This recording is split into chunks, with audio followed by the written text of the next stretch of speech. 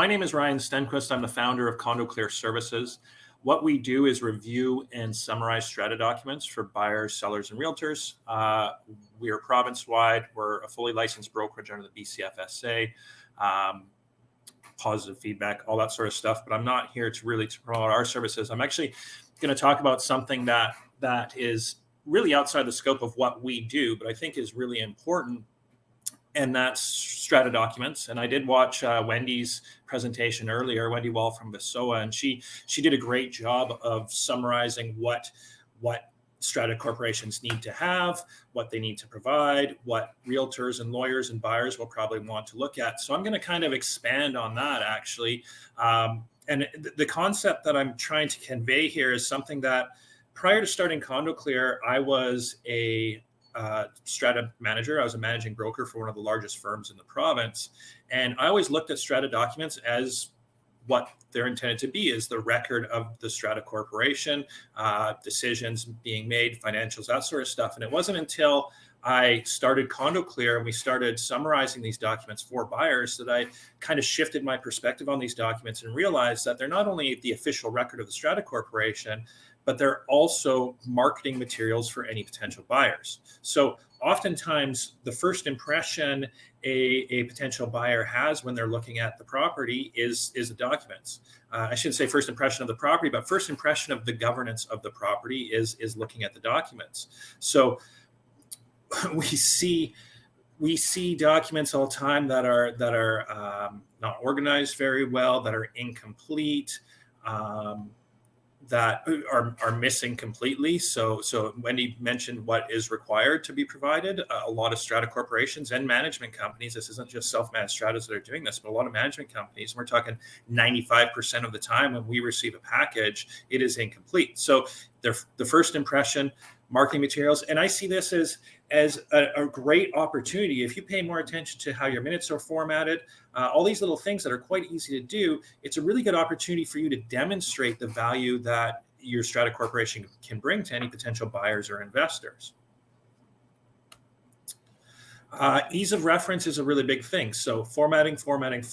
This is huge. We see minutes that are changed from 1 month to the next. We see incomplete items on those minutes. We see wording that just doesn't make any sense. We see missing files. I don't know how many times we get a document package and the file names don't give us any clue as to what it is, or they'll change the name, how they're naming the files. So for instance, the council meeting minutes, keep that continuous. However you're labeling your council meeting minutes, that should be continuous throughout. There shouldn't be 5 different styles of naming your council meeting minutes, because that's just confusing and again leads to not being easy to reference and potentially frustration on behalf of buyers, etc. And access is the big one. So going back to the 95% number, this is a huge issue within the BC strata industry. Like I said, 95% of the time, we are not getting all the documents. Oftentimes, we point out these documents to the management company, to the strata corporation, and they don't even have them available. These are things that are required under the Strata Property Act for the strata corporation to keep, and they are required to be provided upon request to an authorized person. So this is something that there's a failure on multiple levels here to actually ensure that buyers are getting these documents. So again, from a strata corporation perspective, you can stand out simply by doing exactly what you should be doing, providing a package of documents that is easy to reference. Everything is complete. There's no stress, and just make it as streamlined as possible. So I'm going to go over the documents that we request, and I'm going to point out some of the main issues that we often see with these documents. And I won't get into too much detail with the documents themselves, because I think Wendy already did a really great job with that. But these are certain things that we see happening over and over and over again. So the Form B is arguably the crux of the strata document package.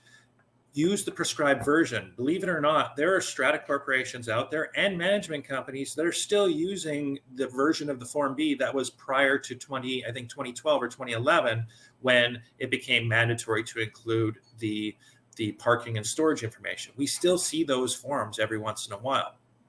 This is a prescribed form under the Strata Property Act, and it's recently changed again. But this is a prescribed form, which means you have to use that form.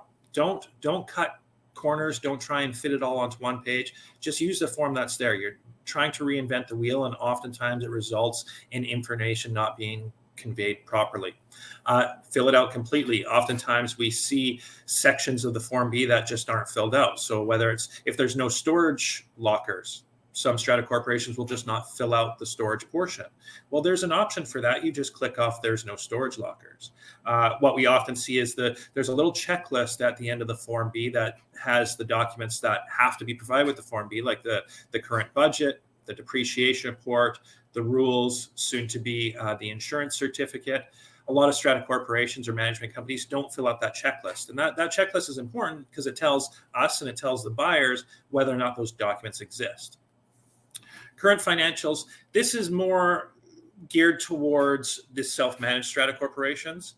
I have yet to see a professional management company that wasn't providing councils or strata owners with monthly financial statements. Maybe it exists out there, but in 5 years and a couple thousand reviews, I've yet to see that at this point. For the self-managed strata corporations, this conference has been a great demonstration of all the tools that are available to help ease the burden on councils, because it's not an easy job. I get it. Volunteers, I've been there myself in the past. So utilizing tools to help you do the job better is a win-win situation for the owners, for the property values, for potential buyers, and for the council themselves, because you're saving time there. Use bookkeeping software. It's relatively cheap. Things like QuickBooks Online or I can't even remember the name of the other one, but there's a ton of different options for online bookkeeping software that costs between $20 and $30 a month. It makes it so much easier. You can print out a financial statement at any given time. A lot of the processes are automated. It just makes no sense not to engage in a program like that if you're self-managed strata. Depreciation reports. Make sure it's current. So Jeremy was talking about this yesterday, is there's likely legislation changes coming down the pipe that's going to mandate strata corporations, A, having a depreciation report, and B, having to renew it or update it every 3 years. Personally, I fully support that, and I agree it's been a long time coming. So a newer depreciation report, if you have something from 2014, 2015, those numbers are not very accurate anymore. So it leaves a lot of question in the minds of potential buyers as far as risk for special levies, that sort of stuff goes. The other thing we come across on a regular basis is provide the final completed version. So we often get draft depreciation reports, which there could be significant changes between the draft and the final version. We sometimes get versions of the depreciation report that don't include any funding models. Well, at that point, that depreciation report is almost useless from a projection standpoint to try and figure out what special levies are coming. You have to include those funding models. That is the meat and potatoes of that depreciation report. The insurance certificate, and this is something that I'm really happy to see getting a lot more attention. Unfortunately, it was due to the whole insurance crisis. But when I started Condo Clear 6 years ago, it was oftentimes that we were not getting insurance certificates. This was something that I really had to fight for in some cases, because everybody's kind of mentality at that point was like, oh, every strata corporation has insurance. It's no problem. Like, it's just an assumption. And unfortunately, that's not true. And especially the insurance crisis really pointed this out. You can have deductibles that are very detrimental to individual owners. You can have premiums that are very high. So making sure that you have a copy of the current policy. Again, oftentimes we get policies that are expired. I was just working on our review yesterday where the policy that we were provided was from October of 2022. That's useless at that point. We often get copies of the proposal. So their insurance policy may have expired 3 months ago, but they're still sending out a copy of the proposal rather than the finalized policy. And that's not good enough. Make sure you have a copy of the current policy to give out to any potential buyers, realtors, lawyers, etc. Bylaws and rules.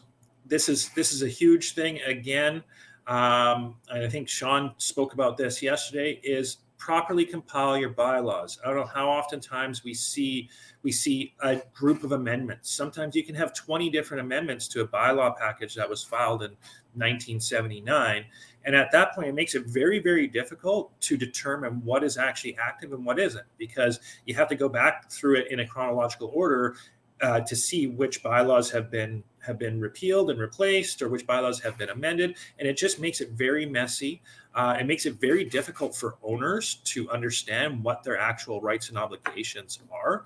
I fully endorse getting a strata lawyer involved every, say, 3 to 5 years to just review your bylaws and update them. It is an expense, unfortunately, but it's really, really necessary, because a lot of strata corporations are operating with bylaws that they think are enforceable, but in fact may not be. So having a bylaw package that's a singular, comprehensive bylaw package is very, very attractive to any potential buyers. Strata Plan LTSA version. So a lot of strata corporations, and Wendy talked about this, and I think the last fellow, I can't remember his name, touched on this as well.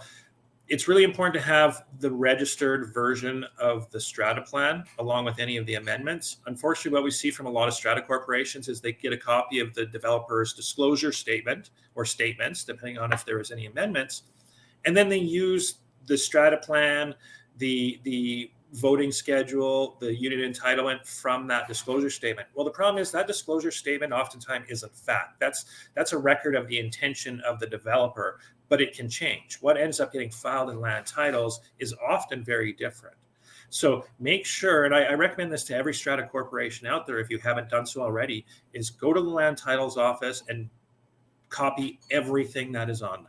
Take a copy of your strata plan, even if you already have one. Take a copy of your bylaws, even if you think you already have one. Copy of your unit entitlement, any of those changes, just download it. It'll cost a few $100s, but then at least you can ensure that the documents you have are accurate and correct. We receive bylaw packages from strata corporations on a regular basis that are not filed in land titles. They're not valid. They are not enforceable.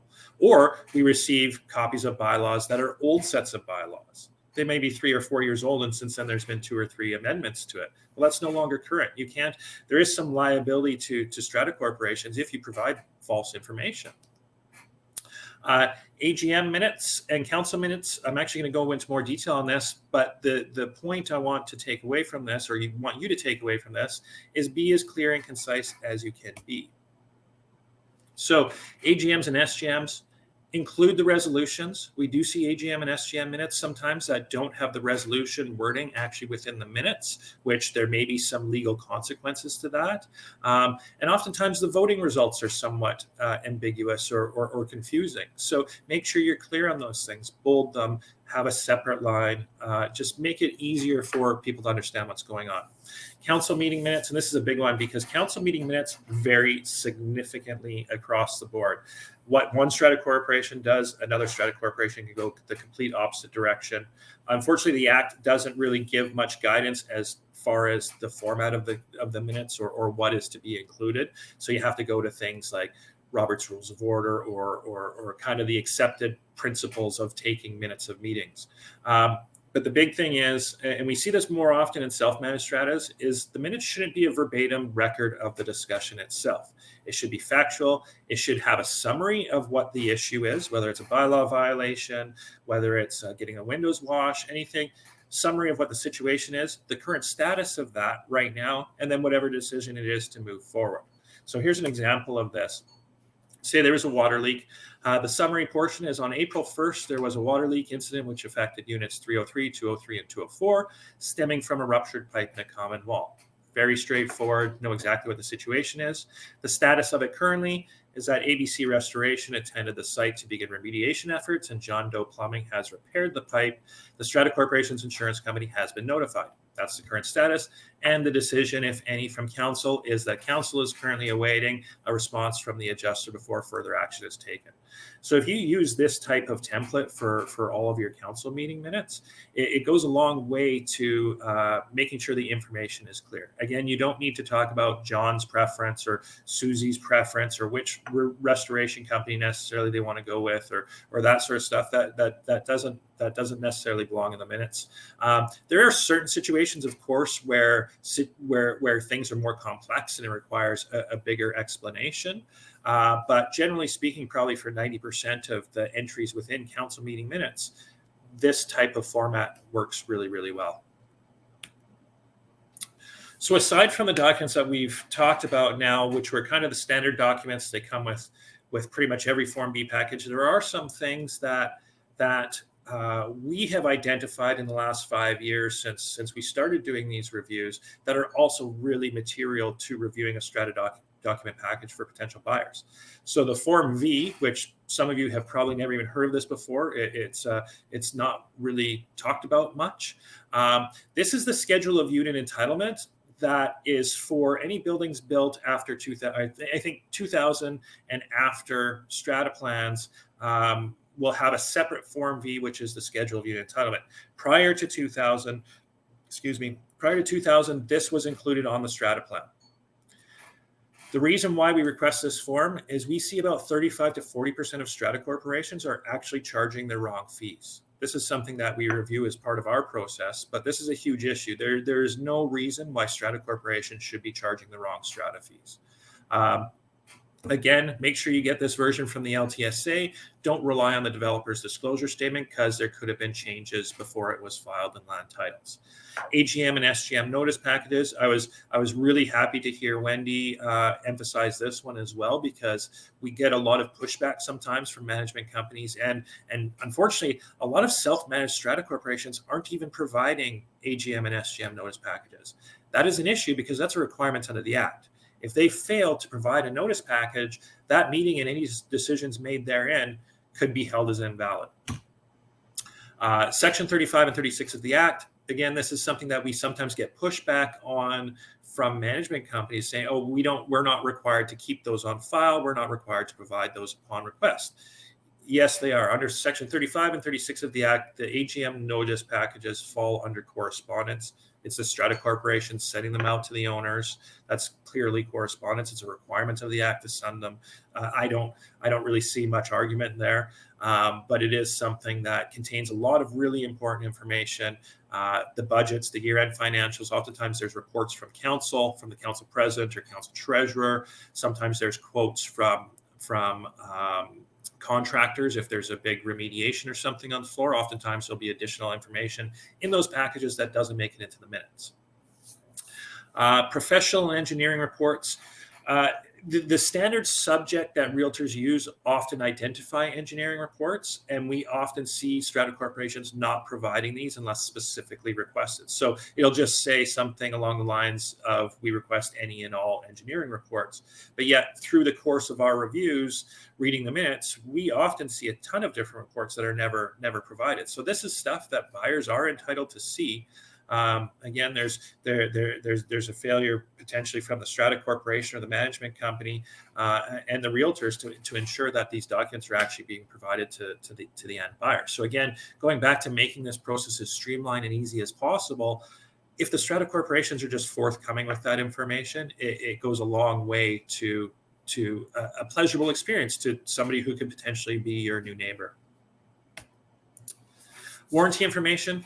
Any buildings within 10 years old are covered by the 2510 warranty. You should have a copy of the warranty certificate, which lays out those expiration dates. And ideally, you also have reports based on those expiration dates. So in an ideal world, a strata corporation should be doing a warranty review prior to the 15-month expiration, prior to the 2-year, prior to the 5-year, and prior to the 10-year. A lot of strata corporations are ill-equipped or ill-informed when it comes to warranty stuff.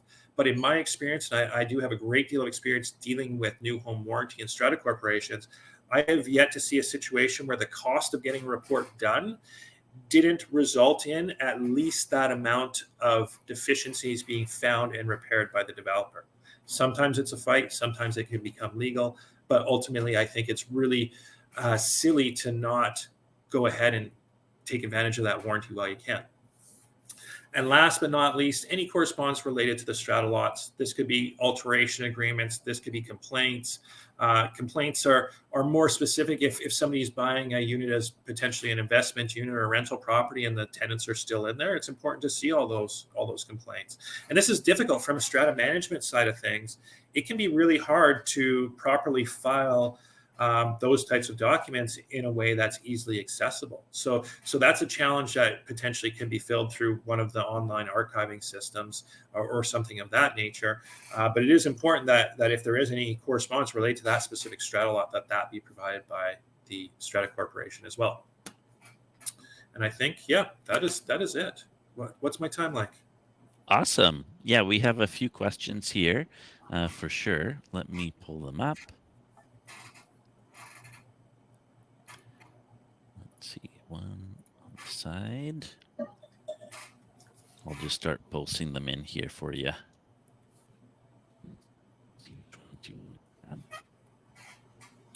Awesome.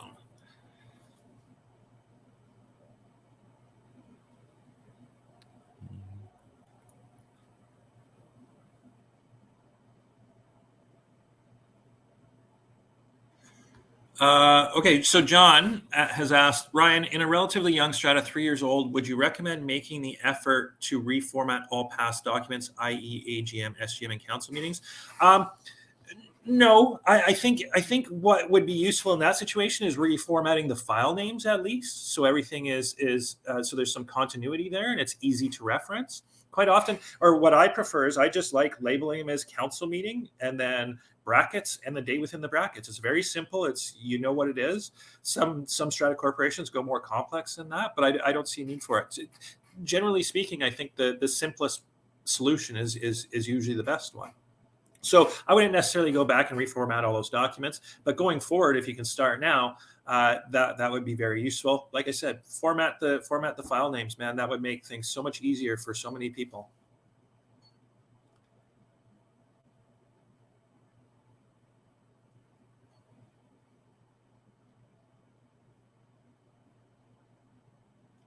So Patricia's asked, our statement contains a month-by-month roll-up year-to-date percent to budget, CRF contribution, income, and expenses. Do we need to send every month since the last AGM, or will the most recent roll-up described above be sufficient for real estate?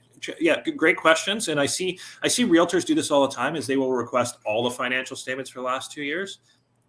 There's no need for that. If you just provide the most current one, that gives you a good idea of what's happened in the last 2 years based on what that statement says.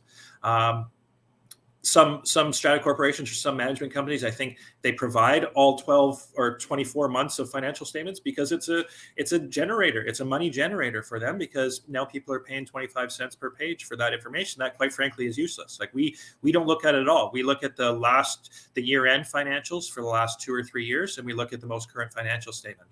That's it. So yeah, if you it's a good standard practice, I think, for any strata corporations to automatically include a copy of the most recent financials along with a Form B. That's usually the easiest way to do it.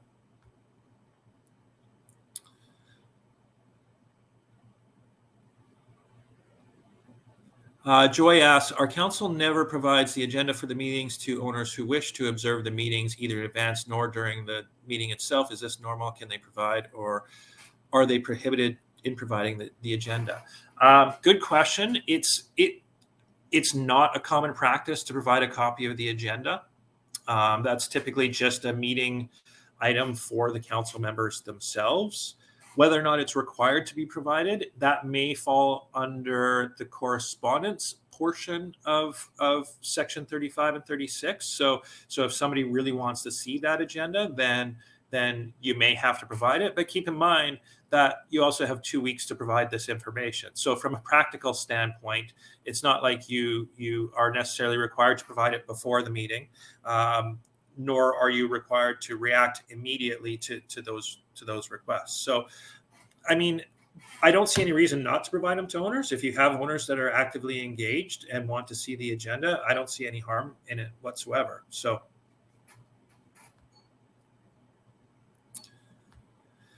What's the cost of Ryan services? Honestly, it's probably best if you go to condoclear.ca. We have a rundown of our prices and what we do there, rather than me promoting it in this venue. Who is our typical client is often realtors and buyers. So it depends. Some realtors will get this done as part of their service. It depends on their business model. I'd say we're split probably about 30% realtors versus 70% buyers.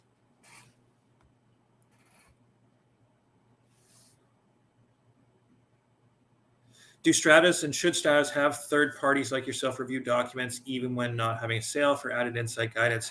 It's not a bad idea. Quite frankly, this is something that I've thought about offering, but I haven't really gotten into it a whole lot. Like, it's not a service that we have packaged ready to go for strata corporations. But ultimately, there's really no reason why a strata corporation couldn't get just one of our buyers' reviews done.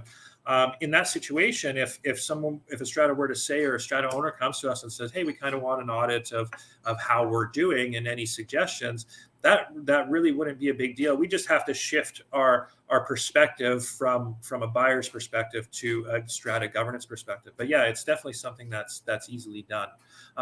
Along the lines of what we're talking about today with documents and making sure that they're accessible and well packaged and easy to reference, that something else we could do is an audit of just the documents that you're providing. We can just go through your documents, not necessarily in detail. We're not looking for the issues in the strata corporation, but just looking at the formatting of the documents, what's provided, point out things that are missing. Because again, 95% of the time, things are missing. And we could probably do that relatively cheap and easily if there's any stratas out there that are interested.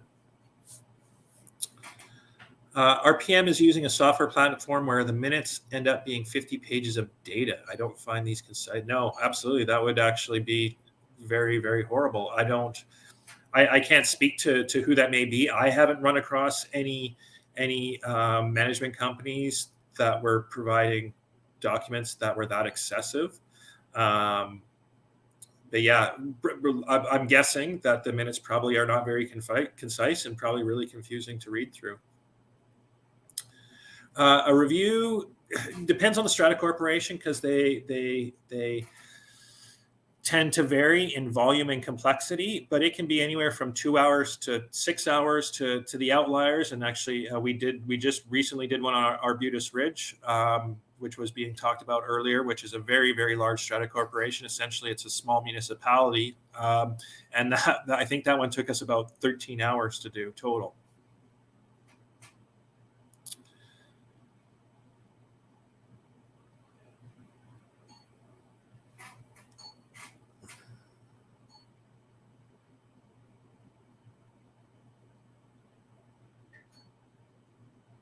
The Strata Property Act regulation, the Strata Property regulation doesn't enable a third party to or private business to charge for statutory SPA records.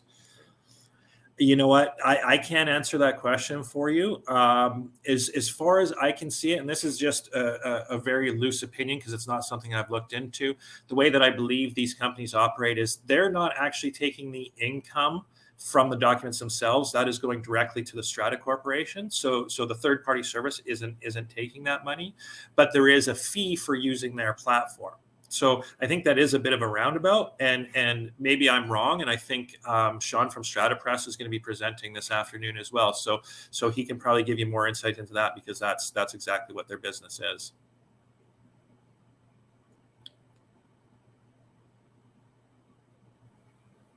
Great presentation. Nailed it on many fronts in such a short presentation. Excellent. Thank you. Consistency, proper naming conventions, and structure the key to good records. Question is, Condo Clear a record auditing firm? So like I said, no, this isn't something that we've done in the past, but quite frankly, I don't see any reason why we couldn't do it. So just loosely thinking in my head, I think it would be quite simple for us to take a strata corporation's documents and audit them and give you feedback on what you can do better to make that more accessible to people.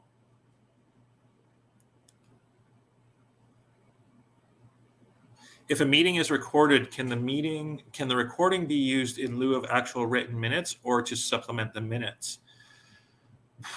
Good question.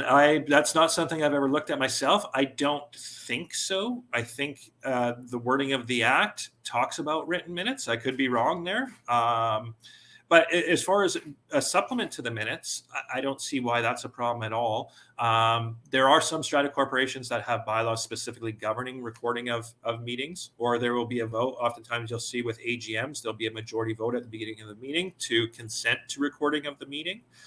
Where it gets into law from a Canadian perspective, from a privacy perspective, my understanding is, and again, I could be wrong because this is not my area of expertise at all, but as long as one party knows that the recording is happening, I think that is also okay too. So that's why I think some strata corporations have passed specific bylaws stating that meetings are not to be recorded. But I would check with a lawyer or the Privacy Commission on that one for sure. Awesome. So we'll keep waiting for some questions to come in, but for now, I thought I'd add in Craig, our co-founder, and he's a property manager as well. If people didn't catch that earlier yesterday when he was on quite a bit. And I figure this would be actually a very good segment for us to all kind of chat and touch base on this topic that you've been talking about. Hello, Craig. Hey, Ryan and Ryan. Hey, Craig. How you doing? Ryan Stenquist. I'm curious, how long have you been operating Condo Clear, and where are your clients? Are they all across BC? Are they farther away than BC?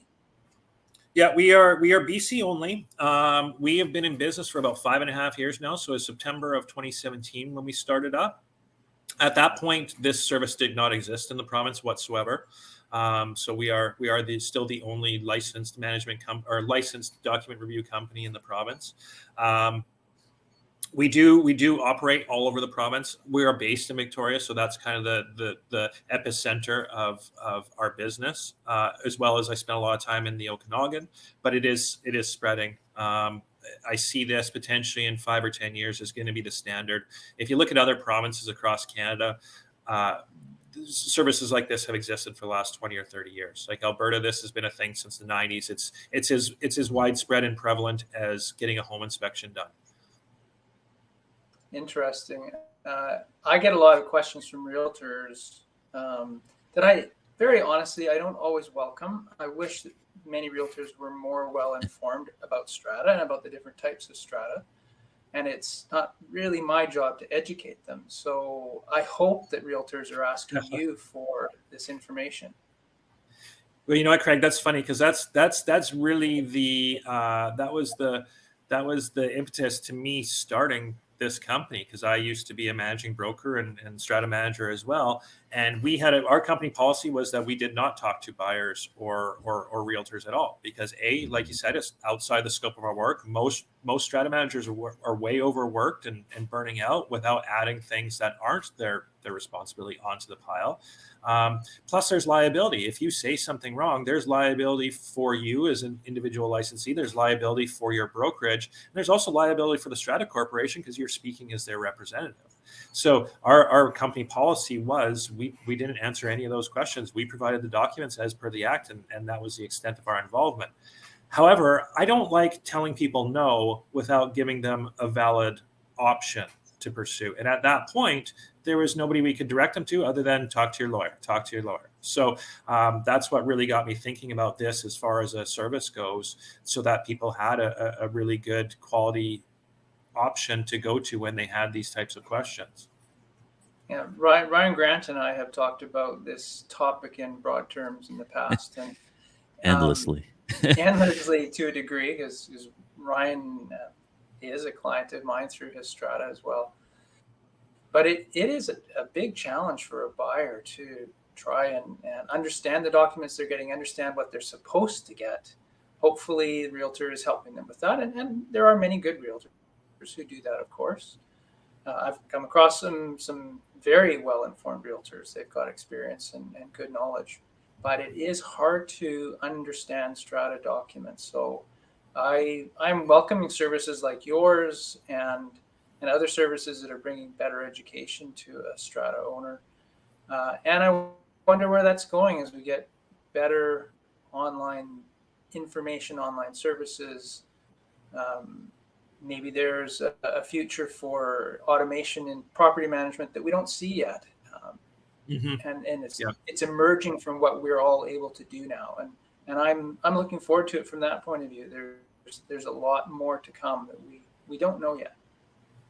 Yeah, one of the big things that we are starting to undertake, and we've done this to a limited degree for the last couple of years, is actually providing educational content for realtors. So it's not really focused on strata owners or buyers, but it's more for the realtors because they're the ones dealing with the front line of these transactions, right? So that's something that we're continuing to develop, and I do have a 10-session education program that we're going to start making available to realtors in the next few months. But yeah, education is key to a lot of this, especially as it continues to get more and more complicated. When you're receiving a request to review a set of documents, how is it different when you get that with a strata corporation that has sections? And is a variety of ways it's presented to you, and what advice do you give them? Well, I don't necessarily provide any specific advice just because it's a section building. There often is a lot of education because this is something that even within the strata management industry, sections are poorly understood. I see a lot of professionally managed section buildings that are not managed the way that they should be. I see section buildings that only have one Form B, and this is a management company doing this. They are very much more difficult, and I get why it's so hard to understand, but ultimately the reality is they're two or three or four or five separate entities, and as long as people look at them as completely separate entities and forget about the strata corporation as a whole, it's easier to absorb that. So the way that I usually phrase this to people, which has seemed to work, is look at a sectioned building like the government of Canada. So you have the strata corporation as the federal government, and then you have the provinces, which are the individual sections. So there's certain things that the federal government is responsible for, or the strata corporation, that's the structure of the building envelope, etc. And then you have the individual sections, which are like provinces, and anything that affects only them is their responsibility. If there's a gym that only the residential owners have access to, or a hot tub or pool, that sort of stuff. The elevator, oftentimes, that's a residential only expense, whereas the commercial may have a commercial parking lot that's only for commercial tenants and customers. That's going to be a commercial responsibility there. So it is something that is not very well understood, but is becoming more and more common, more and more prevalent. So people better start getting educated on it. And then you can go and throw in airspace parcels along with that as well, which is quite frankly is a lot simpler to understand from a strata governance perspective. In many ways, it's easier than sections, but from a legal standpoint, it can be more complicated. Yeah, true enough. I've managed a few different sections stratas, and I do have a couple currently, and others that our company takes care of. They're notoriously hard to understand, especially for the owners, and awkward to deal with documents. There's no two ways about it. It's a whole level. It's not just twice as difficult. It's more than that. It's a higher level of sophistication. You have to pay attention very carefully. So it's 4 times more difficult, and you charge a third as much money. Yeah. That's pretty much it. Not that there's a lot of relevance to this, but do you see a lot of stratas with types defined, and then that's shows up on their budget? Does it have any relevance to what you're doing? Not very often, no. I think types is a great tool under the Strata Property Act, but there's a lot of strata corporations that are not actually utilizing those. I think in many cases, if I looked at a 30-unit townhouse building not too long ago that had one commercial lot, and they were sectioned. And I said, but the cost of administration to having a section building when you really don't need it, there's no benefit here at all. You can utilize types to do the same kind of thing, and it's going to cost you a lot less. It's much easier. So that is, I'm glad you brought that up, because I would like to see types being utilized a lot more rather than sections. Yeah, they could be used to great effect, as well as user fees, which Stratas can now incorporate in their bylaws. That's something that was done in the past, but not done properly because perhaps it wasn't done legally. But that's a useful tool as well. Yeah, I agree. Absolutely. Yeah. Interesting. Ryan Grant, I'm exhausted of questions, but it's been really interesting, and it's a great topic for me. I all the time. I don't think my clients understand how often I see forms on my desk or on my computer that I have to review and then sign and take a lot of responsibility for, quite honestly. And 2022 was a banner year. Oh my goodness, did we ever get a lot of forms? I do wonder though, I guess. Oh, you're kind of lagging there. 1 second. Let me catch up. Oh, perfect. Okay, so I was just wondering actually, Ryan, with your service, do you have a lot of realtors coming to you just in that last minute? And like you say, it doesn't take too long to review things, but you must get a lot of clients, queued up, and then it might be, a couple of weeks out or something, right? So what do you advise people for that kind of time to make sure that they come to you, not, at the very last second, really needing your service, right? So we've got a couple different ways to deal with that. So our standard is 2 to 5 business days. That's what we ask for. Most of the time we can get it done within that time frame.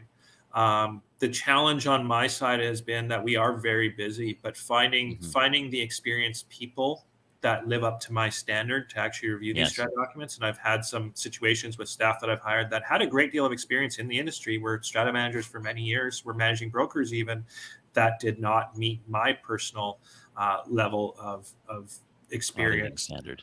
Yeah, absolutely. So that's one of the biggest things that holds us back, is just having the staff. The good news is, and I'm actually happy to announce this for the first time here, is I have an old team member who is coming back, who went back into the strata management world as a managing broker for a very large firm, and is now coming back to Condo Clear to continue reviewing strata documents. So that's really exciting. Fabulous. Basically doubles our capacity right there. But to get to your question, if somebody has a last minute review, they need it done within a couple days, it's needed done within over a weekend or something like that, we do try to accommodate those. There is additional fees. We charge a rush fee in those situations. And ultimately it's the reviewer's option. It's up to them if they want to do that, because they're the ones spending time away from their families, doing overtime, etc., to get that review done for people. And you know what, 95% of the time we can make it work. Perfect. And then another good question is, do they always bring you all the documents, or do they actually try and get you to go and get them directly, through Strata Press or something like that? I would love if there was a way for us to obtain the documents directly. Unfortunately, it's very complicated because we provide this service as a non-agent. We are not an agent of the buyer. We're doing this strictly a customer transaction, so we don't have any authority to speak on their behalf. We don't have authorization from the original seller to obtain those documents. So oftentimes what happens is we send a list to the buyer's agent of everything that's missing. The buyer's agent sends that to the listing agent. The listing agent then sends that to the Strata Corporation, and then we've played 5 different levels of separation here, 5 different degrees of separation before we actually get the documents. The easiest way that I've found to handle that is I tell the buyer's agent, tell the listing agent to email the Strata Corporation, CC you, CC me, and then we can have a group conversation. I can help streamline this situation. But my brain has been turning for the last 3 or 4 years on how to streamline that process, because if we can cut out all the middle people and I can deal directly with the Strata Corporation, it would make everybody's lives much easier. Yes, and faster too, right? Just removing somebody just usually helps speed up processes. Absolutely, yeah. Awesome. Okay, well, thank you for joining us today. We'll jump into our next segment, but that was really awesome, and we'll definitely have you on again in the future. So thank you so much, Ryan. Excellent. Thanks for having me. Yes.